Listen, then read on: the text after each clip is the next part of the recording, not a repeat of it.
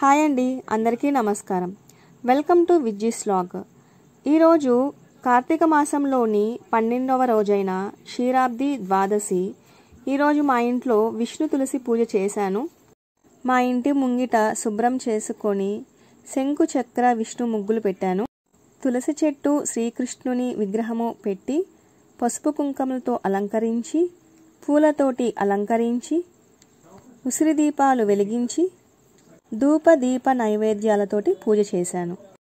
కార్తీక మాస శుక్ల ఏకాదశి తర్వాత వచ్చే పవిత్ర ద్వాదశి అయిన క్షీరాబ్ది ద్వాదశి యొక్క ఆధ్యాత్మిక మహిమను తెలుసుకుందాం.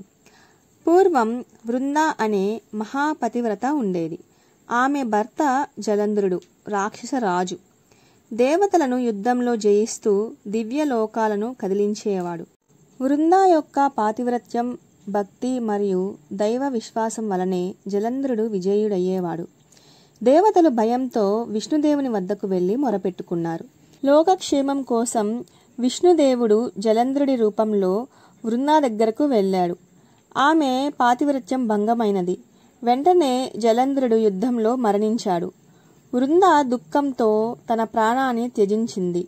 అప్పుడు విష్ణుమూర్తి ఆమె భక్తి పాతివ్రత్యాన్ని గౌరవిస్తూ, ఓ వృంద, నువ్వు భూలోకంలో తులసి చెట్టుగా అవతరించి భక్తుల పూజలు స్వీకరించి వారిని ఆశీర్వదిస్తావు అని వరమిచ్చాడు.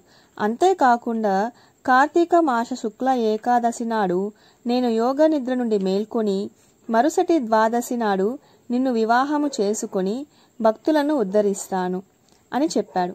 అప్పటి నుండి ఆ పవిత్ర ద్వాదశి రోజున తులసి చెట్టుకి విష్ణు నివాసంగా ఉన్న ఉసిరి చెట్టుకి వివాహం చేసే ఆచారం ప్రారంభమైంది. ఆ రోజుని క్షీరాబ్ది ద్వాదశి అని పిలుస్తారు. తులసి చెట్టు వద్ద ఉసిరి దీపాలు వెలిగించడం వల్ల దాంపత్య సౌఖ్యం, సిరి సంపదలు, అష్టైశ్వర్యాలు కలుగుతాయని పురాణాలు చెబుతున్నాయి. కాబట్టి మనము కూడా క్షీరాబ్ది ద్వాదశి నాడు తులసి చెట్టుకి ఉసిరి చెట్టుకి వివాహం చేసి జన్మజన్మల పుణ్యం పొందుదాం.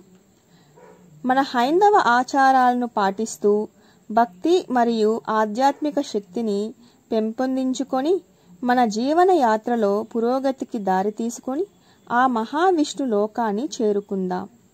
ఓం నమో వాసుదేవాయ. ఓం తులసిదేవ్యై నమః. ఇలాంటి మరిన్ని భక్తి కథలు, పురాణాలు, పూజలు, విశేషాలు తెలుసుకోవాలంటే నా ఛానల్ని సబ్స్క్రైబ్ చేయండి.